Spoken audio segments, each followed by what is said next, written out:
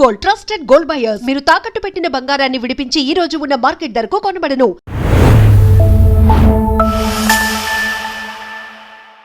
Welcome to lens with Lumbini. ఇప్పుడు present discussion లో ఉన్న టాప్ బిల్స్ అంటే ఫస్ట్ మనకు FCRA గుర్తొస్తుంది, తర్వాత డీలిమిటేషన్ అండ్ దాంతోపాటు విమెన్స్ రిజర్వేషన్ బిల్. సో ఈ మూడింటి గురించి మాట్లాడినప్పుడు ఫస్ట్ ఆఫ్ ఆల్ వీటి సిగ్నిఫికెన్స్ ఏంటి అండ్ ఇప్పుడు ఈ సెషన్లో బీజేపీ గవర్నమెంట్ ఏది ఎక్కువగా పాస్ ఆన్ చేయడానికి మెజారిటీ చూపిస్తుంది అండ్ ఎక్కువ ప్రయారిటీ దేనికి ఇస్తుంది డిస్కస్ చేద్దాం. అండ్ దీని గురించి క్లియర్గా మనకి ఎక్స్ప్లెయిన్ చేయడానికి today we have geopolitical analyst Pawan Sriharsha గారు with us. Let's talk to him. Hello sir, నమస్తే. నమస్తే అండి. సార్ రైట్, ఇప్పుడైతే టాప్లో ఈ 3 బిల్సే మనం ఎక్కువగా డిస్కషన్లో ఉన్నాయి. Talking about FCRA, I think we had enough conversation about FCRA. So దాని ఇంపార్టెన్స్ కానీ సిగ్నిఫికెన్స్ కానీ అన్నీ తెలిసాయి. అండ్ అనుకున్నట్టుగా ఇంకొంచెం ఈ సెషన్లోనే FCRA పాస్ చేస్తారు బిల్ అన్నట్టుగా కూడా డిస్కషన్ చేసాం మనము. బట్ కొంచెం వెనుకో అది కొంచెం బ్యాక్ స్టెప్ వేసింది అండ్ నెక్స్ట్ సెషన్లో ఏమైనా వస్తుందా అనేది డిస్కస్ చేయకన్నా ముందు ఫస్ట్ ఆఫ్ ఆల్ డీలిమిటేషన్ గురించి and also women reservation bill గురించి మేజర్గా సిగ్నిఫికెన్స్ ఏంటి అనేది దాని గురించి చెప్తారా? యా షూర్ అండి. FCRA, delimitation and women reservation ఈ మూడిటికి దేనికదే ప్రాధాన్యత ఉంది. సో ఈ సెషన్లో నేను ఎప్పటి నుంచి అంటున్నాను FCRA పాస్ చేయాలని, కానీ ఏది ముందరే పాస్ చేయాలి అంటే నేను first delimitation and women reservation pass చేయాలంటాను. రైట్. ఫస్ట్ మీరు అన్నట్టుగా డీలిమిటేషన్ అంటే ఏంటో, ఉమెన్ రిజర్వేషన్ అంటే ఏంటో తెలుసుకుంటే దాన్ని బట్టి అది ఎందుకు పాస్ చేయాలో మనం మాట్లాడుకోవచ్చు. మనకి మామూలుగా ఏంటి అంటే జనాభా మనం లాస్ట్ సెన్సస్ తీసింది 2011, కానీ మనం సీట్లు ఐ థింక్ 71 తర్వాత మనం సీట్ల సంఖ్య పెరగలేదు. 71 వరకు మనం చేసుకుంటూ సీట్లు మారుతూ వచ్చాయి. ఐ థింక్ 543 ముందర ఐ థింక్ 300 ఎంతో ఉన్నాయి, సంథింగ్ లైక్ దట్ ఉండి 71లో 543 అయింది. కానీ దాని తర్వాత ఏం చేశారంటే ఫ్రీజ్ చేసేసారు వీళ్ళు. ఇంకా సీట్ల సంఖ్య పెరగకూడదు ఫర్ ఐ థింక్ 30 years అనే ఎంతో. 2002 ఆ టైంలో కూడా వాజ్పేయి గవర్నమెంట్ గారి టైంలో ఇది ఏదైతే డీలిమిటేషన్ జరగాలో వాళ్ళు దాన్ని ఎక్స్టెండ్ చేసేసారు తర్వాత మళ్ళీ కొన్ని ఏళ్ల తర్వాత. కానీ ఈసారి ఏంటి అంటే మనం ఇంకా ఎక్స్టెండ్ చేయకూడదని ఇక్కడ బీజేపీ ప్రభుత్వం అనుకుంటుంది. ఎందుకంటే జనాభా చాలా పెరిగింది. మీరు జస్ట్ ఇమాజిన్ 71లో 543 సీట్స్ 55 ఏళ్ళు అయింది. సో అంటే జనాభా మనది ఎంత పెరిగి ఉండాలి, ఆ పెరిగిన దానికి రిప్రజెంటేటివ్స్ వాళ్ళకి దానికి న్యాయం చేస్తున్నారు. ఎందుకంటే వాళ్ళ మీద కూడా భారం పడుతుంది. జనాలకి వాళ్ళు అందుబాటులో ఉండాలి. నియోజకవర్గాలు సంఖ్య మొత్తం చాలా వ్యాస్ట్ అయిపోయింది, ప్రెషర్ పడుతుంది. అన్ని చోట్లకి కూడా ఏదైతే డెవలప్మెంట్ రీచ్ అవ్వాలో లెజిస్లేటర్స్ కానివ్వండి, లేకపోతే కనుక వాటి పబ్లిక్ రిప్రజెంటేటివ్స్ వీళ్ళు రీచ్ అవ్వడంలో కొంచెం ప్రాబ్లం అవుతుంది. సో బికాస్ ఆఫ్ దిస్ ఏంటంటే డీలిమిటేషన్ ఇంకా జరగాలి ఎట్టి పరిస్థితుల్లో. డీలిమిటేషన్ చెయ్యాలి అనేది ప్రభుత్వం అనుకుంటున్న కారణం అది. ఎందుకంటే ఇంకా ఈ గత ప్రభుత్వాలు పోస్ట్ పోన్ చేసి వేరే వాళ్ళకి పాస్ ఆన్ చేసినట్టుగా ఇంకా మనం పాస్ ఆన్ చేయకూడదు, ఇది ఈ హయాంలోనే జరగాలి అనేది ఈ ప్రభుత్వం అనుకుంటుంది. సో అలాంగ్ విత్ దిస్ ఏం చేస్తారు వీళ్ళు, ఉమెన్ రిజర్వేషన్ కూడా యాడ్ చేశారు. Women reservation I think 33% women reservation bill ఏదైతే వాళ్ళు 2023లో ఐ థింక్ పార్లమెంట్ సెషన్లో పాస్ చేశారు.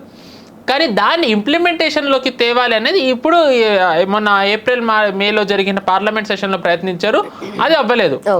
ఈసారి దాన్ని ఎలా అయినా సరే పాస్ చేయాలనేది ప్రభుత్వం దృఢ సంకల్పంతో ఉంది.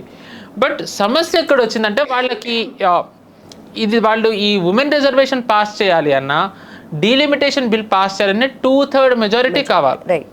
అంటే అరౌండ్ ఇప్పుడు 543 సీట్స్ నుంచి వాళ్ళకి అరౌండ్ 360-370 సీట్స్ కావాలి. మనకు తెలిసింది ఎన్డీఏ సంఖ్య 290 ఉంది. సో వాళ్ళకి వేరే సంఖ్య కావాలి. కాబట్టి ఆ టాక్ ఏముందంటే టీఎంసీ ఎంపీలు ఆల్రెడీ ఎన్డీఏలోకి వచ్చారు, మనం చూసాం, మోదీ గారు భేటీ అయ్యారు. శివసేన ఎంపీలు already Shiv Sena in the sense Uddhav Thackeray నడుపుతున్న పార్టీ నుంచి ఎంపీలు బయటకు వచ్చారు. ఎన్సీపీ వాళ్ళు కూడా సమర్థిస్తారన్న టాక్ ఉంది. ఎన్సీపీ అంటే Sharad Pawar party.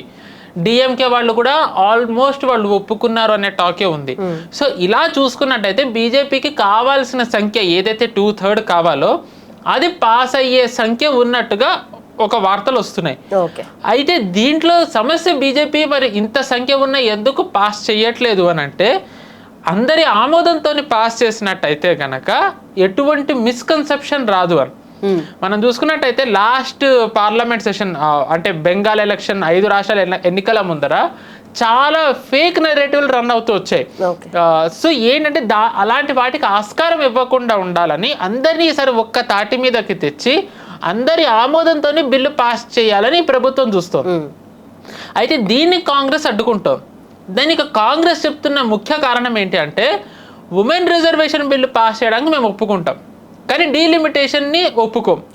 Women reservation delimitation ఎందుకు కలుపుతున్నారని అడుగుతాం.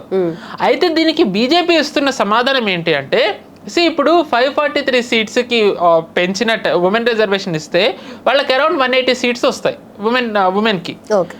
టు బి ఆనెస్ట్, చాలా మంది కాంగ్రెస్లో ఉన్న ఎంపీలు కూడా ఇప్పుడు వాళ్ళ సీట్లు వదులుకోవడానికి సిద్ధంగా లేరు.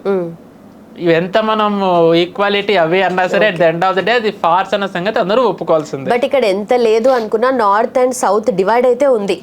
బర్త్ కంట్రోల్లో నార్త్ ఎలా ఉందో సౌత్ ఎలా ఉందో మనం చూసాం. మనం ఇప్పుడు సౌత్ ఇండియన్ స్టేట్స్ చేసినంతగా నార్త్ ఇండియన్ స్టేట్స్ చేయలేదు. ఇప్పుడు డీలిమిటేషన్ లో చూసుకుంటే వాళ్ళకి ఎక్కువ వెళ్ళిపోతాయి కదా సీట్స్ అనేది కూడా ఒకటి ఉంది కదా. 100%. అందుకే గత పార్లమెంట్ సెషన్లో అమిత్ షా గారు అన్నది, ఈసారి వాళ్ళు లిఖిత పూర్వకంగా ఇస్తుంది ఏంటి అంటే 50% అన్ని చోట్ల పెరిగిపోతాయి, ఇర్రెస్పెక్టివ్ ఆఫ్ పాపులేషన్. అంటే ఇప్పుడు మనకి 543 సీట్స్ ఏదైతే ఉందో ఇది ఎప్పటిది 1971, అంటే జనాభా నార్మల్గా ఉన్నప్పుడు. దాని తర్వాత ఇందిరాగాంధీ హమ్ దో హమారే దో అనేది ఏదైతే తెచ్చారో ఆవిడ, అది దక్షిణ భారతదేశంలో ఇంప్లిమెంట్ అయింది, ఉత్తర భారతదేశంలో ఇంప్లిమెంట్ అవ్వలే. ఇలాంటివి చాలా ఉన్నాయి. సో ఏదైతే ఈక్వల్ యాక్సెస్ బేసిస్ మీద జరిగిందో ఆ ఆధారంగానే ఇప్పుడు సీట్లు పెరుగుతాయి. అంటే ఉదాహరణకి ఇప్పుడు మనం తమిళనాడు తీసుకుందాం, ఎందుకంటే వాళ్ళే చాలా గట్టిగా దక్షిణ భారతదేశం నుంచి స్వరం వినిపించింది మన పార్లమెంట్ లో. ఇక్కడ మన తెలుగు స్టేట్స్ నుండి కూడా కేటీఆర్ గారు, రేవంత్ రెడ్డి గారు బీట్ ఎనీ పార్టీ వాళ్ళు సపోర్టివ్ గా చెప్పారు. ఇప్పుడు 39 సీట్లలో 50% అంటే వాళ్ళకి అరౌండ్ 57 to 58 వస్తాయి. సో అంటే ఇప్పుడు నార్త్లో 80 తీసుకుంటే కనుక 40 సీట్స్ 120 అవుతాయి. సో అంటే అందరికీ సమానంగా పెరుగుతున్నాయి. అదే గనక ఇప్పుడు వీళ్ళు గనక ఇప్పుడు ఇది పాస్ చేయకపోతే డీలిమిటేషన్ ఎప్పుడన్నా జరుగుతుంది. ఇప్పుడు కాకపోతే రేపన్నా జరుగుతుంది, రేపు కాకపోతే ఎల్లుండన్నా జరుగుతుంది. జరిగిన ఆధారంగా గనక పెంచినట్టయితే సమస్య ఏమవుతుంది, మీరు ఏదైతే అన్నారో దక్షిణ భారతదేశంలో ఇంప్లిమెంట్ చేశారు, ఉత్తర భారతదేశం వాళ్ళు పాటించలేదు, ఆ ఆధారంగా పెరుగుతాయి. అంటే ఏమవుతుంది, 80 సీట్స్ కాస్త మేబీ 150 వెళ్ళొచ్చు. 39 సీట్లున్న తమిళనాడు 30కి పరిమితం అవ్వచ్చు. ఇన్స్టెడ్ ఇప్పుడు బీజేపీ అంటుంది ఏంటి, మేము దీన్ని 58కి తీసుకెళ్తామని. కానీ వీళ్ళు గనక నెక్స్ట్ వచ్చే డీలిమిటేషన్ ఆధారంగా తీసుకెళ్తే అది తగ్గుతోంది. అందుకే వీళ్ళు ఏమన్నారు, 50% పెంచుతాము ఇర్రెస్పెక్టివ్ ఆఫ్ పాపులేషన్ అని అంటున్నారు. సో అందుకనే అమిత్ షా గారు ఈ ఇప్పుడు జరిగే డీలిమిటేషన్ ఆధారంగా కాకుండా ఆల్రెడీ ఉన్న సీట్ల ఆధారంగా ఇస్తామని అంటున్నారు. సో బీజేపీ ఇచ్చేదో ఒక రకంగా ఇప్పుడు డిఎంకేకి అది చాలా కన్విన్సింగ్ ఆఫర్. ఎందుకంటే ఇప్పుడు మనం చూసాం డిఎంకే వీళ్ళు పోరాడినప్పుడు వాళ్ళు అధికారంలో లేరు, కానీ డిఎంకే ఇప్పుడు అధికారంలో, అప్పుడు అధికారంలో ఉన్నారు, ఇప్పుడు అధికారంలో లేరు. సారీ. సో ఇప్పుడు ఏమవుతుంది, ఇప్పుడు డిఎంకే వాళ్ళు మేము సీట్లు ఎక్కువ తెచ్చామని వాళ్ళు పోరాడచ్చు. ఇప్పుడు ఇప్పుడు మనం చూసుకున్నట్టయితే తమిళనాడులో టీవీకి అధికారంలో ఉన్న పార్లమెంట్లో వాళ్ళకి ఒక్క సీట్ లేదు. అంటే తమిళనాడుకి వచ్చేసరికి పార్లమెంట్లో స్వరం గట్టిగా వినిపించగలిగే పార్టీ ఏంటి, డిఎంకేని, అత్యధిక సీట్లు ఉన్నాయి కాబట్టి. సో ఇప్పుడు సీట్లు మేము తగ్గాల్సిన చోట పెంచాము, దీనికి కారణం ఎవరు, మేమే అని చెప్పి తీసుకెళ్ళినట్టయితే అది టీవీకేకి ప్రాబ్లమే, కాంగ్రెస్కి ప్రాబ్లమే. అందుకే మనం గమనించినట్టయితే ఈ డీలిమిటేషన్ వస్తుంది అన్నప్పటి నుంచి రాహుల్ గాంధీ గారు డీలిమిటేషన్ సమర్థించకూడదని డిఎంకే పేరెత్తకుండా ఆయన మాట్లాడుతున్నారు. డిఎంకే పేరెత్తకుండా ఇది అన్యాయం జరిగినట్టు ఆయన మాట్లాడుతున్నారు. సో అంటే వాళ్ళకున్న భయం ఏంటంటే డిఎంకే గనక వీళ్ళతోనే వెళ్ళినట్టయితే సీట్లు గనక ఒకవేళ ఇన్నఫ్ సీట్స్ వచ్చినట్టయితే పాస్ చేస్తే అది డిఎంకేకి నెక్స్ట్ పార్లమెంట్ అసెంబ్లీలో వాళ్ళకి హెల్ప్ఫుల్. మీరు ఏ టీవీకేనైతే అన్నారో వాళ్ళు సీట్ల పెరిగేదాన్ని వాళ్ళు వ్యతిరేకించారు, కానీ మేము సీట్ల కోసం పోరాడాం. సో ఎవరు తమిళనాడుకి న్యాయం చేస్తున్నారు, ఎవరు తమిళనాడుకు మంచిని తీసుకెళ్లే అవకాశం ఉంటుంది. అలా వెళ్ళినట్టయితే డిఎంకేతో బంధం ఏదైతే విడగొట్టుకున్నారో కాంగ్రెస్ వాళ్ళు టఫ్ స్పాట్లోకి వెళ్తారు. సో ఏంటంటే ఈక్వేషన్స్ డీలిమిటేషన్ వచ్చినట్టయితే చాలా మారిపోతాయి ఇప్పుడున్న పార్టీ అలయన్స్లు కూడా. అండ్ ఉమెన్ రిజర్వేషన్ కాంగ్రెస్ చేసింది, ఇన్ఫాక్ట్ కాంగ్రెస్ లో ఎంపీలే చాలా మంది ఒప్పుకోరు, ఎంత ఈక్వాలిటీ అనేది నాకు నేను అన్నట్టుగా. సో అందుకనే బీజేపీ ఏమంటుంది అంటే డీలిమిటేషన్ చేద్దాం, కానీ డీలిమిటేషన్ది ఏంటి, ఏదైతే మీరున్నప్పుడు చేస్తారో దాన్ని ఆధారంగా చేద్దాం, అండ్ దాని ఆధారంగానే ఉమెన్ రిజర్వేషన్ పెంచుదాం. 543లో 180 వచ్చేదానికంటే 860 పెరిగినప్పుడు అరౌండ్ 220 240 ఏదైతే వస్తుందో అది బెటర్ కదా అని బీజేపీ ఇస్తుంది. బట్ ఓవరాల్ సీట్స్ లో ఎన్నున్నా కూడా ఇప్పుడు డీలిమిటేషన్ తర్వాత విమెన్స్ రిజర్వేషన్ వచ్చినా ముందు వచ్చినా కూడా ఎన్ని సీట్స్ ఉన్నా కూడా దాంట్లో 50% కూడా ఇవ్వకుండా జస్ట్ 33% మెన్షన్ చేస్తున్నారు. ఎందుకని ఇప్పుడు ఇండియా మొత్తంలో చూసుకుంటే ఆల్మోస్ట్ 50% ఉంది విమెన్ పాపులేషన్, ఎందుకని 33కే రెస్ట్రిక్ట్ చేసుకుంటారు? మీరు 33కి ఎందుకు రెస్ట్రిక్ట్ చేశారన్నారు. టు బి ఆనెస్ట్ అసలు ఉమెన్ కి రిజర్వేషనే కావాలా?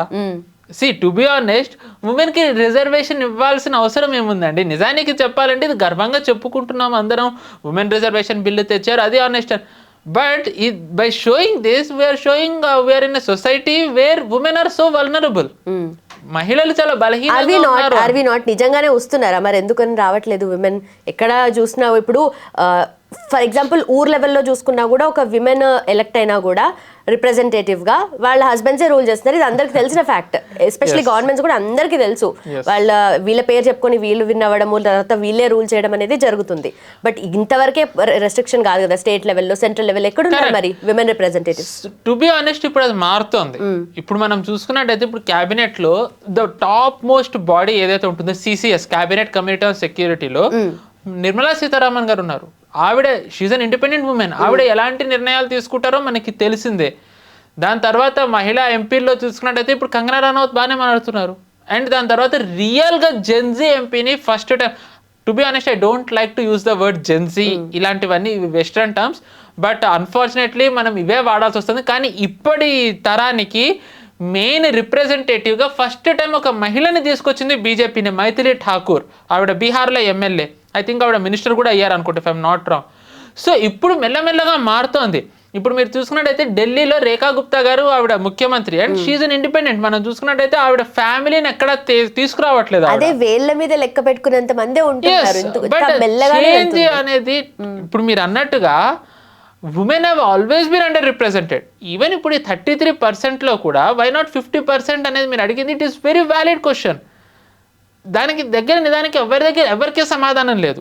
ఇప్పుడు మహిళలు ఒకప్పుడు Congress it was ruled by Indira Gandhi, అప్పుడు మహిళా రిప్రజెంటేషన్ ఎక్కడు. దాని తర్వాత సోనియా గాంధీ గారు ఏకఛత్రాధిపత్యం, పేరుకే మన్మోహన్ సింగ్ అయినా మనందరికీ తెలిసిందే, ఆవిడే చేశారు. అప్పుడు మహిళలు ఎక్కడు? ఎవరో ఎందుకు, మమతా బెనర్జీ గారు ఉమెన్ సీఎం స్ట్రాంగ్ అని అంటారు, బట్ ఆవిడ కూడా ఉమెన్కి ఎక్కడ అంత ఈక్వల్ రిప్రజెంటేషన్ ఇచ్చారు. సో టు బి ఆనెస్ట్ ప్రపంచంలో ఎక్కడా కూడా మహిళలకు ఈక్వల్ ప్రాధాన్యత లేదు. We have to be honest about that. But ఉన్న దాంట్లో ఎక్కడ న్యాయం చేయగలరు, ఎక్కడ వాళ్ళకి అంటే వేర్ దే కెన్ రిప్రజెంట్ అనే దాంట్లో మనం చూసుకుంటే I can proudly say Bharat మనం చాలా ముందర ఉన్నాం. ఎందుకంటే ఇప్పుడు చూసుకున్నట్టయితే సో కాల్డ్ సూపర్ పవర్ ఏదైతే యుఎస్ ఉందో, ఓటింగ్ రైట్ వాళ్ళకి ఎప్పుడు వచ్చింది మహిళలకి? వే ఆఫ్టర్ భారత్ కంటే చాలా తర్వాత వచ్చింది. అండ్ వాళ్ళకి ఇప్పటివరకు మహిళా ప్రధాని ఐ మీన్ రాష్ట్రపతి లేరు వాళ్ళకి. ఈ విషయంలో మనం ఫార్ అహెడ్ ఉన్నాం. బీట్ ఎనీ పొలిటికల్ పార్టీ ఇప్పుడు సరే బీజేపీ గవర్నమెంటే తీసుకొస్తుంది, అదేదో వాళ్ళు 33% కింద ఫైట్ చేస్తున్నారు కదా, వాళ్ళు ఎందుకు 50% వరకు వెళ్ళలేకపోతున్నారు? ఇట్ ఇస్ ఆల్ పాలిటిక్స్ అండి. There is no doubt. సి ఏది చేసినా సరే at the end of the day politics 50% ఇప్పుడు ఇచ్చినట్టయితే you really think I mean male population ఏదైతే ఉందో దే విల్ యాక్సెప్ట్ దట్? ఇప్పుడు నేను అదే అన్నాను కదా, 543 సీట్స్ రిప్రజెంటేషన్లో ఈ 18 ఐ మీన్ ఏదైతే 33% ఇంప్లిమెంట్ చేస్తే irrespective of what ever party it is, అధికార పక్షం అవనివ్వండి విపక్షం, వాళ్ళే ఒప్పుకోరు. ఎందుకంటే వాళ్ళ ఎంపీ స్థానాలు వాళ్ళు కోల్పోతారు. So that is how this society is. We have to accept that. And దీంట్లో ఇఫ్ బట్ ఇలాంటివి ఏమీ లేవు. ఇది వాస్తవం, అందరూ ఒప్పుకోవాల్సిన వాస్తవమే ఇది. దీంట్లో ఎంతవరకు న్యాయం చేయగలము అనేది ఇప్పుడు ఉన్న పార్టీ చూస్తుంది. అండ్ ఇది కూడా నిజానికి చెప్పాలంటే అవ్వకుండా విపక్షాలు ప్రయత్నిస్తున్నాయి. అండ్ ఇప్పుడు చూసుకున్నట్టయితే దీంట్లో మహిళా రిప్రజెంటేషన్లో బీజేపీ రియల్గా 50% ఇస్తుందా? ఇవ్వట్లేదు. I will accept that. But గతంతో పోల్చుకుంటే రిప్రజెంటేషన్ పెంచాలి అని చెప్పి బీజేపీ చూస్తుంది. కానీ అది కూడా రాకూడదు అని చెప్పి జస్ట్ ఫర్ పొలిటికల్ కాజ్ విపక్షాలు అడ్డుకుంటున్నాయి. ఇప్పుడు నిజంగానే ఇప్పుడు మీరు అన్నట్టుగా సరే 50 రావట్లే, 33% ఒప్పుకోవాలి కదా, ఎందుకు ఒప్పుకోవట్లే వీళ్ళు? డీలిమిటేషన్తో లింక్ చేసినట్టయితే కొత్తవి కాన్స్టిట్యున్సీస్ వచ్చినట్టయితే అది మంచిదే కదా, అందరికీ ఈక్వల్గా వస్తాయి. అఫ్ కోర్స్ ఉమెన్కి అప్పుడు కూడా ఈక్వల్ రిప్రజెంటేషన్ రాదు. బట్ ఏ రాష్ట్రానికి మీరు ఇందాక మీరు ఈ డీలిమిటేషన్ ఉమెన్ రిజర్వేషన్లో 2 ప్రధాన అంశాలు ఎత్తారు. Number 1 north south divide, right. Number 2 మహిళలది undoubtedly even 33% is unfair. But దాంట్లో ఈ ఫేర్ రిప్రజెంటేషన్ రావాలంటే delimitation is the best answer. Right. ఆ డీలిమిటేషన్లో కూడా నార్త్ సౌత్ది కనుక చూసుకున్నట్టయితే ఇప్పుడున్న సెన్సెస్ ఇప్పుడున్న సీట్ల ఆధారంగా చేసుకుంటే ఏ రాష్ట్రానికి అన్యాయం జరగదు. టు బి ఆనెస్ట్ ఇప్పుడున్న దాంట్లో బీజేపీ వాళ్ళ మెయిన్ ఓటు బ్యాంక్ ఏదైతే ఉందో ఉత్తరాది రాష్ట్రాలు వాళ్ళకి అన్యాయం చేస్తున్నారు. But still they are doing with that. Okay. ఎందుకంటే నేను చెప్పినట్టుగా నెక్స్ట్ వచ్చే సెన్సెస్ ఆధారంగా చేస్తే సీట్లు నార్త్కి ఎక్కువ అవుతాయి, సౌత్కి తగ్గుతాయి. ఇప్పుడు బీజేపీకి అది క్లీన్ విక్టరీ. ఎందుకంటే ఇప్పుడు చూసుకుంటే బీజేపీని ఉత్తరాది రాష్ట్రాల పార్టీ అని అంటారు. ఆల్దో ఇప్పుడు అది పాన్ ఇండియా పార్టీనే, దానికి ఇంకా నెరేటివ్ పరంగా ఉత్తరాది పార్టీ అనే అంటారు. అండ్ వాళ్ళ సీట్లు ఇంకా ఎక్కువైనట్టయితే వాళ్ళు హ్యాపీగా వాళ్ళు గెలవచ్చు కదా. వాళ్ళు 2029లో చేసుకోవచ్చు, కానీ బీజేపీ 2029 వరకు చూడట్లే. 2029లో జరిగే ఎలక్షన్స్ ద్వారానే ఇప్పుడే మనం చేసేయాలి. 2029 వరకు ఎందుకు ఎదురు చూడట్లే, 2029లో వాళ్ళకి కావాల్సింది వస్తే 2034 ఎలక్షన్కి ఇంప్లిమెంట్ చేయొచ్చు. బట్ బీజేపీ అలా చూడకుండా 2029లోనే ఇంప్లిమెంట్ అయ్యేలా చూస్తుంది. ఆ 2029లో ఇంప్లిమెంట్ అయ్యే దాంట్లో వాళ్ళది ఏదైతే మెయిన్ ఓటు బ్యాంక్ ఉందో ఉత్తరాది పార్టీలది, వాళ్ళు దాన్ని త్యాగం చేసి అందరికీ రిప్రజెంటేషన్ ఇస్తున్నారు. టు బి ఆనెస్ట్ ఇప్పుడు 50% ఏదైతే ఉందో దాంట్లో మెయిన్ బీజేపీ నార్త్ బెల్ట్ ఏదైతే అంటారో దాంట్లో యూపీనే తీసుకుంటే 120 సీట్స్ వస్తాయి. కానీ అదే 2029లో డీలిమిటేషన్ చేసి 2034లో వెళ్ళినట్టయితే యూపీకి 160 to 170 సీట్లు వెళ్తున్నాయి. అంటే యూపీ వాళ్ళు నార్త్ సీట్స్ని దే సాక్రిఫైసింగ్. నిజానికి ఎవరైతే BJP north representation north south అన్నారో నిజంగా ఇప్పుడు చెప్పాలంటే బీజేపీ సౌత్కి న్యాయం చేయడానికి they are sacrificing north which is their own belt. But unfortunately Congress ఈ నిజం బయటికి రాకుండా ఉండాలని వాళ్ళు రకరకాల నెరేటివ్లు చెప్తున్నారు. మీరు చూసుకున్నట్టయితే వాళ్ళు టు బి ఆనెస్ట్ వాళ్ళు ఈ బిల్లు పాస్ అవ్వకుండా ఉండడానికి ఎన్ని రకాలుగా వాళ్ళు ఫీట్లు చేసే వాళ్ళు అన్నీ చేస్తున్నారు. నేను ఫస్ట్ నుంచి చెప్పాను, ఏ సో కాల్డ్ నీట్ ప్రొటెస్ట్ ఏదైతే ఉందో ఆ నీట్ ప్రొటెస్ట్ కాదు అని అన్నా. ఇట్ ఈస్ జస్ట్ బికాజ్ వాళ్ళు ఈ పార్లమెంట్ సెషన్ని స్టాల్ చెయ్యడానికి అని నేను చెప్పాను. దాంట్లో ఎందుకు అంటే FCRA వస్తుంది, డీలిమిటేషన్ వస్తుంది అండ్ ఉమెన్ రిజర్వేషన్ వస్తుంది అని నేను చెప్పాను. ఉమెన్ రిజర్వేషన్ అండ్ డీలిమిటేషన్ గనక పాస్ అయినట్టయితే BJP's victory is sealed at least for 2 decades. ఒక 2 దశాబ్దాలు ఎప్పుడు అది 1 nation 1 election అవ్వనివ్వండి, ఏ రకమైన ఎన్నికలు జరిగినా బీజేపీ విక్టరీ ఈజ్ సీల్డ్. ఎందుకంటే మనం చూసుకున్నట్టయితే 2014 నుంచి బీజేపీకి ఓటు బ్యాంకులో మహిళ అనేది చాలా ముఖ్యమైన ఓట్ బ్యాంక్. మనం చూసుకున్నట్టయితే మహిళలు చాలా ఎక్కువ శాతం ఓటేస్తారు బీజేపీకి, more than men. And 33% reserve చేసినట్టయితే ఆ ఓట్ షేర్ ఇంకా పెరుగుతుంది. అండ్ దాని తర్వాత 2024లో మీరు చూసుకుంటే ఆల్దో బీజేపీ సీట్స్ తగ్గినా కాంగ్రెస్ పెరిగినా 543 సీట్స్లో వాళ్ళకి ఎన్ని సీట్లు అయితే పోటీ చేశారో చాలా మటుకు కాంగ్రెస్కి అభ్యర్థులు లేరు. 543 సీట్స్కే వాళ్ళకి అభ్యర్థులు లేరు అంటే 860 సీట్లో ఎంతో పెరిగితే వాళ్ళకి అభ్యర్థులు ఎక్కడి నుంచి వస్తారు? అండ్ మీరు గమనించాల్సిన విషయం ఏంటి అంటే ఈ సీట్లు పెరిగిన తర్వాత ఎన్నికలకి వెళ్తే వెస్ట్ బెంగాల్ ఈసారి బీజేపీ అండర్లో ఉంది, లాస్ట్ టైం బీజేపీ అండర్లో లేదు. అండ్ ఈసారి తమిళనాడు కాంప్లికేటెడ్. నేను అన్నా తమిళనాడు గనక డీలిమిటేషన్ అయిన తర్వాత వెళ్తే టీవీకేకి tough spot. And Congress anti అలయన్స్కి ఈసారి ఇది హెల్ప్ అయ్యే అవకాశం ఉంది. కాంగ్రెస్ యాంటీ అలయన్స్కి హెల్ప్ అయినట్టయితే అది బీజేపీకి హెల్ప్ అవుతుందో లేదో తెలియదు, కానీ బీజేపీని వ్యతిరేకించే కాంగ్రెస్ కూటమి బలం తగ్గుతోంది. And Karnataka based on current scenario Congress తిరిగి అధికారంలోకి వచ్చే అవకాశాలు చాలా తక్కువగా ఉన్నాయి. అండ్ హిమాచల్ కాంగ్రెస్కి కష్టం. పంజాబ్ వచ్చే ఏడాది ఎన్నికలు ఉన్నాయి, but don't know A party అధికారంలోకి వస్తుందో ఇప్పుడు అంచనా వేసే పరిస్థితులు లేదు. ఎలా చూసుకున్నా 2029 ఎన్నికలకు వెళ్ళే టైం కల్లా బీజేపీ చాలా బలమైన స్థితిలో ఉంది, ఇర్రెస్పెక్టివ్ డీలిమిటేషన్ అవ్వకపోనివ్వండి. కానీ కాంగ్రెస్ ఏ పరిస్థితిలో ఉంది? సో మీరు జస్ట్ ఇమాజిన్ ఇప్పుడు 860 సీట్లు అయ్యి ఎన్నికలకు వెళ్తే బీజేపీ విక్టరీ కంటిన్యూస్ వెళ్తూనే ఉంటుంది. ఎందుకంటే వాళ్ళు రాష్ట్రాలు పెరుగుతూ వెళ్తాయి, వాళ్ళ గెలుచుకునే రాష్ట్రాల సంఖ్య పెరుగుతూ వెళ్తే మీరు గమనించినట్టయితే 2011 నుంచి కాంగ్రెస్ ఒక రాష్ట్రంలో గెలిస్తే తిరిగి ఆ రాష్ట్రంలో మళ్ళీ అధికారంలోకి వచ్చిన దాఖలాలు లేవు. ఉదాహరణకి మనం గుజరాత్ చూసుకుంటే 1995 నుంచి బీజేపీ కంటిన్యూస్ గెలుస్తూ వస్తుంది. 95, 2001లో గెలిచారు, 2లో గెలిచారు, 7, 12, 17, 22. కాంగ్రెస్ అలాగా గెలిచిన రాష్ట్రం 2011 నుంచి ఇప్పటివరకు లేదు. మనం చూసుకున్నట్టయితే గనక వాళ్ళ చేతి నుంచి అస్సాం కోల్పోయారు. అంటే వాళ్ళు ఏవైతే వాళ్ళు కంచుకోట్లు అనుకున్నారో అస్సాం కోల్పోయారు. రాజస్థాన్ 2023 ఎలక్షన్స్లో వాళ్ళు ఓడిపోయారు. గుజరాత్ ఆఫ్ కోర్స్ వాళ్ళు ఎప్పుడూ లేరు. గోవా అసలు కొన్ని దశాబ్దాల నుంచి అక్కడ కూడా బీజేపీ కూటమిలో అలా ఇలా ఒకసారి వాళ్ళే పాలిస్తూ వస్తున్నారు. అండ్ వాళ్ళు ఒక బీజేపీ రాదు అన్న ఆశతోనున్న తమిళనాడులో బీజేపీ అలయన్స్ లేదు, కానీ కాంగ్రెస్ని వ్యతిరేకించే పార్టీకి ఇప్పుడు డిఎంకేకి బలమైన దాఖలాలు ఉన్నాయి. ఎందుకంటే పార్లమెంట్లో వాళ్ళు వినిపించే వాదన బట్టి వచ్చే ఎన్నికల్లో పార్లమెంట్కి టీవీకేకి టఫ్ స్పాట్. టీవీకేకి టఫ్ స్పాట్ అంటే ఏమైంది, కాంగ్రెస్కి టఫ్ స్పాట్.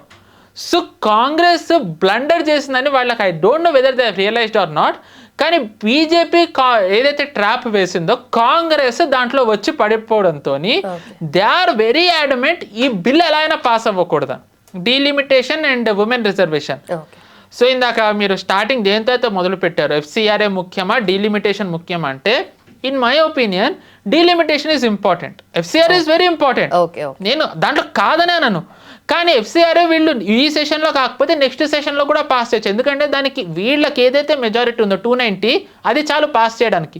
ఇప్పుడు చూసుకుంటే హార్డ్లీ మనకు 2 years 10 months అలా ఉంది బీజేపీకి ఇంకా పవర్ లో ఉండడానికి. ఇప్పుడు ఈ 3 మేజర్ బిల్స్ ఈ టర్మ్ లోనే వీళ్ళు ఫుల్ఫిల్ చేసే ఛాన్సెస్ కనిపిస్తున్నాయా, లేదంటే మళ్ళీ పోస్ట్పోన్ చేస్తారా? ఎందుకంటే ఈ వీటిని బేస్ చేసుకునే నెక్స్ట్ అనేది ఉంది కదా. కరెక్ట్ అండి. అంటే నరేటివ్ పరంగా బీజేపీ ఈ పార్లమెంట్ సెషన్లో వాళ్ళు చాలా ఇంపార్టెంట్వి ఖచ్చితంగా పాస్ చేయాలి. ఎందుకంటే ధర్మేంద్ర ప్రధాన్ గారి రాజీనామా ద్వారా బీజేపీ బ్యాక్ ఫుట్లో ఉన్నట్టుగా ఒక నెరేటివ్ వెళ్తోంది. వచ్చే ఏడాది ఉత్తరప్రదేశ్ ఎన్నికలప్పుడు ఇలా వెళ్ళినట్టయితే అఫ్కోర్స్ దీని ప్రభావం ఉత్తరప్రదేశ్ మీద పడదు, I'm saying this again, but narrative పరంగా అది బీజేపీకి ఒక టఫ్ స్పాట్. టఫ్ అంటే ఏంటంటే ఇలాంటి అనార్కిస్టుల చేతిలో బీజేపీ లొంగిపోయింది అనేది నెరేటివ్ పరంగా చాలా వీక్ వెళ్తుంది. ఎందుకైతే వీళ్ళు పార్లమెంట్ని స్టాల్ చేయాలనుకున్నారో దా బిల్లుని పాస్ చేసినట్టయితే అది బీజేపీ నెరేటివ్ చేంజ్ చేయడంలో హెల్ప్ అవుతుంది. అఫ్ కోర్స్ ఎఫ్సిఆర్ఏ పాస్ చేయాలంటే వీళ్ళకి మీరు అన్నట్టుగా నెక్స్ట్ సెషన్లో పాస్ చేయొచ్చు, కానీ డీలిమిటేషన్ పాస్ చేయాలంటే వాళ్ళు ఈ సెషన్లోనే చేయాలి. ఎందుకంటే వాళ్ళు ఇన్ని నెలలు కష్టపడి ఏదైతే వీళ్ళు కూటములు కట్టుకున్నారు, I mean DMK, Shiv Sena and TMC ఎంపీలు, వాళ్ళు ఇంత కష్టపడి చేసి వాళ్ళని డిలే చేస్తే గనక 2029కి వీళ్ళు ఏదైతే వ్యూహాలు పన్నారో వీళ్ళకి అది వేస్ట్ అయిపోతుంది, అది ఇంప్లిమెంట్ అవ్వదు. ఓకే, బట్ డీలిమిటేషన్ చేసిన తర్వాత కూడా ఇప్పుడు ఎఫ్సిఏ ఇదే టర్మ్ లో వీళ్ళు కంటిన్యూ చేయొచ్చు కదా, ఎందుకంటే డీలిమిటేషన్ నెక్స్ట్ టర్మ్ నుండి కదా వచ్చేది. అంటే ఇప్పుడు డీలిమిటేషన్కి వీళ్ళు ఏ పార్టీలో మద్దతు అయితే తీసుకుంటున్నారో ఇప్పుడు ఈచ్ అండ్ ఎవ్రీ 1 MP కూడా ఇప్పుడు వీళ్ళకి అవసరం, ఎందుకంటే వీళ్ళకి అంత మెజారిటీ లేదు కాబట్టి. దాంట్లో చూసుకుంటే డిఎంకే ఎఫ్సిఆర్ని వ్యతిరేకించే అవకాశం ఉంది, ఎందుకంటే డిఎంకే ఆబ్వియస్లీ క్రిస్టియన్స్ చాలా ఇంపార్టెంట్ ఓట్ బ్యాంక్. మిజోరాంలో ఎవరైతే అలయన్స్లో ఉన్నారో వాళ్ళు కూడా చాలా టఫ్ ఇప్పుడు. ఐ థింక్ మిజోరాంలో ఎన్డీఏ లేదు, బట్ వాళ్ళు ప్రో ఉంటారు గవర్నమెంట్కి. బట్ ఇక్కడ మేజర్ క్వశ్చన్ ఏంటంటే నార్త్ వర్సెస్ సౌత్ మాట్లాడుకుంటాం కానీ యూజువల్లీ ఆ 7 sisters ఏవైతే ఉన్నాయో north east right, okay, so వాటి గురించి ఎక్కువగా మాట్లాడితే వాళ్ళ దగ్గర ఏం నడుస్తుంది అండ్ వాళ్ళ ప్రయారిటీ దేనికి ఎక్కువ ఉందంటారు? టు బి ఆనెస్ట్ ఎఫ్సిఆర్ఏ తెస్తుంది వాళ్ళ కోసం, అంటే అది కూడా ఒక కారణం. ఎందుకంటే మీరు చూసుకుంటే అసలు అక్కడ చర్చ్ మిషనరీస్ చాలా ఉన్నాయి, వాళ్ళకి ఫండింగ్ ఎవరు ఇస్తున్నారు? ఇప్పుడు మీరు మణిపూర్లో జరుగుతున్న గొడవలు చూసుకుంటే కుకీ మిజోస్ కుకీ నాగాస్ మేతీస్, కుకీస్కి వెపన్స్ ఎక్కడి నుంచి వస్తున్నాయి? మనం భౌగోళికంగా చూసుకున్నట్టయితే నార్త్ ఈస్ట్ అది కొంచెం ల్యాండ్ లాక్డ్, అంటే land locked in the sense Bangladesh turbulent place, Myanmar చాలా టర్బులెంట్. వాళ్ళకి వెపన్స్ ఎక్కడి నుంచి వస్తున్నాయి? ఎవరు వాళ్ళకి ఫండింగ్ ఇస్తున్నారు? అస్సాం రైఫిల్స్ బార్డర్ని వాళ్ళు గస్తీ పెట్టారు, వాళ్ళకి ఎక్కడి నుంచి వస్తున్నాయి? సో మిషనరీస్ వాళ్ళకి హెల్ప్ చేస్తున్నాయి. ఆ మిషనరీస్కి ఫండింగ్ ఎవరు ఇస్తున్నారు? అది టైటన్ చేయడానికి వాళ్ళు ఎఫ్సిఆర్ఏ తెస్తున్నారు. బట్ వాళ్ళ ఎఫ్సిఆర్ఏకి అక్కడ ప్రెషర్ చాలా పెరుగుతోంది. సో టు సమ్ ఎక్స్టెంట్ ఎఫ్సిఆర్ఏని జేపీసీకి పంపించినట్టయితే విన్ విన్ సిచ్యువేషన్. ఎందుకంటే జేపీసీకి వెళ్ళిన తర్వాత కూడా ఏ పార్టీకి అయితే అత్యధిక సీట్లు ఉన్నాయో వాళ్ళు చెప్పిందే నెగ్గుతుంది. ఇప్పుడు అలా చూసుకుంటే ఎన్డీఏకి ఎక్కువ సీట్లు ఉన్నాయి. సో కానీ ఈ సెషన్లో డీలిమిటేషన్ పాస్ అవ్వకపోతే 2029కి ఇది ఇంప్లిమెంట్ అవ్వదు. సో ఈ సెషన్లో ఎవరినైతే కూడగట్టుకున్నారో వాళ్ళందరికీ కోసం I mean what ever they have done delimitation ఇది పాస్ చేసేసి వాళ్ళ ఎవరైతే ఈ డిఎంకే లాంటి పార్టీస్ ఉన్నాయో వీళ్ళు ఎదురు తిరగకుండా ఉండడానికి మేము FCRAని మీరు అందరు అడిగినట్టుగా జేపీసీకి పంపించామన్నారు. ఓకే. సో జేపీసీకి వెళ్ళిన తర్వాత ఏమవుతుంది, ఆబ్వియస్లీ ఎవరైతే అత్యధికంగా ఉన్నారో వాళ్ళదే మాట చెల్లుతుంది. అక్కడ వీళ్ళు చెల్లించుకుని నెక్స్ట్ వచ్చే వింటర్ సెషన్లో వీళ్ళు పాస్ చేసేసుకోవచ్చు కదా. Right right. సో ఆ లెక్కన ఏమవుతుందంటే at the end of the day BJP victory will be sealed. 2029 కావాల్సిన రోడ్ మ్యాప్ ఇక్కడ పార్లమెంట్ సెషన్లో వేసుకుని 2029 టైంకి ఏవైతే సంఘ విద్రోహ శక్తులు ఇక్కడ బలంగా ఉన్నాయో వాళ్ళని బలహీనపరచడానికి వింటర్ సెషన్ని వీళ్ళ అస్త్రంగా మలుచుకుని FCRAని ఇంప్లిమెంట్ చేయాలి. I believe this could be BJP strategy. వాళ్ళది ఎండింగ్ వరకు ఎవరికి తెలియదు. Right right. But I believe this is the best scenario for BJP to win back the narrative. Okay. And also finally ఇప్పుడు డీలిమిటేషన్తో పాటు women's reservation bill కంబైన్డ్గా pass చేస్తారా ఏంటి, దాని సూచనలు ఏం కనిపిస్తుంది? కంబైన్డ్గానే చేయాలండి. ఎందుకంటే నేను ఇందాక చెప్పినట్టుగా ఇప్పుడు కంబైన్డ్గా చేస్తేనే ఈ డీలిమిటేషన్ది కానివ్వండి ఉమెన్ రిజర్వేషన్ దానికి ఒక సార్థకత వస్తుంది. ఎందుకంటే ఇప్పుడు ఏదైతే ఉమెన్ రిజర్వేషన్ రిప్రజెంటేషన్ కావాలి అన్నారో అది 543 సీట్స్ కంటే 860 సీట్స్ అయిన తర్వాత ఎక్కువ ఉంటుంది. 860 సీట్స్లో ఎక్కువ రిప్రజెంటేషన్ వస్తున్నప్పుడు విపక్షంలో ఉన్న పార్టీలకు ప్రాబ్లం ఏముంది? అండ్ డీలిమిటేషన్ ఇప్పుడు కాకపోతే తర్వాతన్నా జరగాలి. బట్ ఎందుకు సపరేట్గా పాస్ చేస్తే పాస్ అవ్వదనే, ఎందుకని కంబైన్ చేయాలనుకుంటుంది? చెప్తున్నాను కదండి, ఇప్పుడు ఈ ఉమెన్ రిజర్వేషన్ ఏదైతే ఉందో అది డీలిమిటేషన్ చేసిన తరువాతే జరగాలని ఉంది. ఓకే. ఉమెన్ రిజర్వేషన్ అనేది డీలిమిటేషన్ చేసిన తర్వాతే జరగాలని వీళ్ళు పాస్ చేసిన దాంట్లో ఉంది. అండ్ ఇప్పుడు మీరు అన్నట్టుగా ఇప్పుడు డీలిమిటేషన్ వీళ్ళు గాలికి వదిలేశారు అనుకోండి, 2034లో 2029లో చేస్తే 2034 ఎలక్షన్ టైంకి నార్త్కి ఎక్కువ సీట్లు సౌత్కి తగ్గిపోతాయి. సో దానికంటే కూడా వీళ్ళు ఇప్పుడు డీలిమిటేషన్ చేసినట్టయితే అందరికీ equal representation. To be honest ఇప్పుడు అందరికీ ఈక్వల్ రిప్రజెంటేషన్ రాదు. North will lose significant seats, but still BJP is going with that. అప్పుడు ఏమవుతుంది, 860 సీట్స్లో ఉమెన్ రిప్రజెంటేషన్ ఇన్స్టెడ్ ఆఫ్ 180 అది 240 250కి వెళ్తుంది. అప్పుడు everyone will be happy. Okay. So this is the sketch, this is why BJP saying. అది ఏమీ BJP strategy కాదు. As per constitution, as per rules delimitation చేసిన తరువాతే ఉమెన్ రిజర్వేషన్ ఇంప్లిమెంట్ చేయాలని ఉంది. అందుకే బీజేపీ అంటోంది. బట్ అన్ఫార్చునేట్లీ కాంగ్రెస్ వాళ్ళ నెరేటివ్ రన్ చేయడానికని వాళ్ళు women reservation first, women reservation only అంటున్నారు. That is now how constitution works. Okay. So this has to be understood and this has to be explain clearly. Women reservation కంటే ముందర delimitation చేయాలి. Delimitation is not linked with women reservation. Women reservation is linked with delimitation. Okay. ఇది important narrative that has to be understood by each and every one. Right right. ఇప్పుడు delimitation and women reservation bill ఇదే term లో complete గా అయితేనే next దానికి మనం results చూస్తాము. FCRA కూడా ఇదే టర్మ్ లో అవుతేనే కదా, ఎందుకంటే మళ్ళీ నెక్స్ట్ సెషన్ లో అయితే నిజంగానే అప్పుడు నెంబర్ ఆఫ్ ఎంపీస్ ఎమ్మెల్యేస్ మొత్తం కాన్స్టిట్యున్సీస్ పెరిగిపోతాయి కాబట్టి అప్పుడు అసలు నిజంగానే మేజర్ క్వశ్చన్ అవుతుంది. ఎంత బ్యాక్లాష్ వస్తుందో దీనికి అనేది ఎక్స్పెక్ట్ చేయొచ్చు మనం. అంటే ఇప్పుడు గనక డీలిమిటేషన్ ఇది పాస్ చేసేసుకుంటే జేపీసీలోకి గనక ఇది పంపిస్తే వింటర్ సెషన్ వచ్చేసరికి ఈ డిఎంకే అవసరం ఉండదు, వైఎస్ఆర్సీపీ అవసరం ఉండదు. ఏవైతే ఎన్డీఏ కూటమి ఉందో ఎన్డీఏ కూటమికి ఉన్న మెజారిటీ మోర్ దాన్ ఎనఫ్. అప్పుడు డిఎంకే వాళ్ళు అరుచుకొనివ్వండి, నార్త్ ఈస్ట్లో ఉండే పార్టీలు అరుచుకొనివ్వండి, కాంగ్రెస్ కూడా అరుచుకొనివ్వండి, ఎవరికి సంబంధం లేదు, సమస్య లేదు. 2029 లోపల FCRA ఇంప్లిమెంటేషన్ అనేది బీజేపీకి చాలా ముఖ్యం. ఎందుకంటే ఆల్రెడీ 2014-15లో ఐబీ ఇచ్చిన రిపోర్టు ప్రకారం NGOs చేసే గొడవల వల్ల మన GDP growth rate 1 to 2% impact ఇస్తుంది. సో అది ఇప్పటికి ఇంకెంత పెరిగి ఉండాలి? మీరు చూసుకున్నట్టయితే లాస్ట్ 1-2 ఇయర్ ఈ 12 ఏళ్లలో FCRA లైసెన్స్ రద్దయినది NGOs సంఖ్య తగ్గింది, కానీ NGOsకి వచ్చే నిధుల సంఖ్య పెరిగింది. ఓకే. అంటే FCRA ద్వారా NGOs లైసెన్సులు రద్దు అవుతున్నా, వాళ్ళు వెనక్కి తీసేసుకుంటున్నా, రెన్యూ చేయించకపోయినా వచ్చే నిధులలో ఏమీ వ్యత్యాసం లేదు, పెరుగుతోంది ఇంకా. So the more it gets increased, the more మన జీడిపికి నేషనల్ సెక్యూరిటీకి థ్రెట్. సో 2029 లోపు it has to be contained at any cost. For that ఈ గవర్నమెంట్ ఉండడం చాలా ఇంపార్టెంట్. ఎందుకంటే at the end of the day power ఉంటేనే ఏమన్నా చేయగలరు. బట్ ఇప్పుడున్న సినారియోలో delimitation plays a very important role then FCRA. ఎవరికి నచ్చినా నచ్చకపోయినా ఇది వాస్తవం. డీలిమిటేషన్ ఇప్పుడే పాస్ చేయాలి. FCRA నెక్స్ట్ సెషన్లో కూడా పాస్ చేయొచ్చు. ఐ హోప్ అందరు ఇది అర్థం చేసుకుని బీజేపీ వ్యూహాన్ని అర్థం చేసుకుంటే ఎవరు యాంటాగనైజ్ అవ్వరు. Right right. Done sir, thank you so much and thanks for the. Thank you, నమస్తే.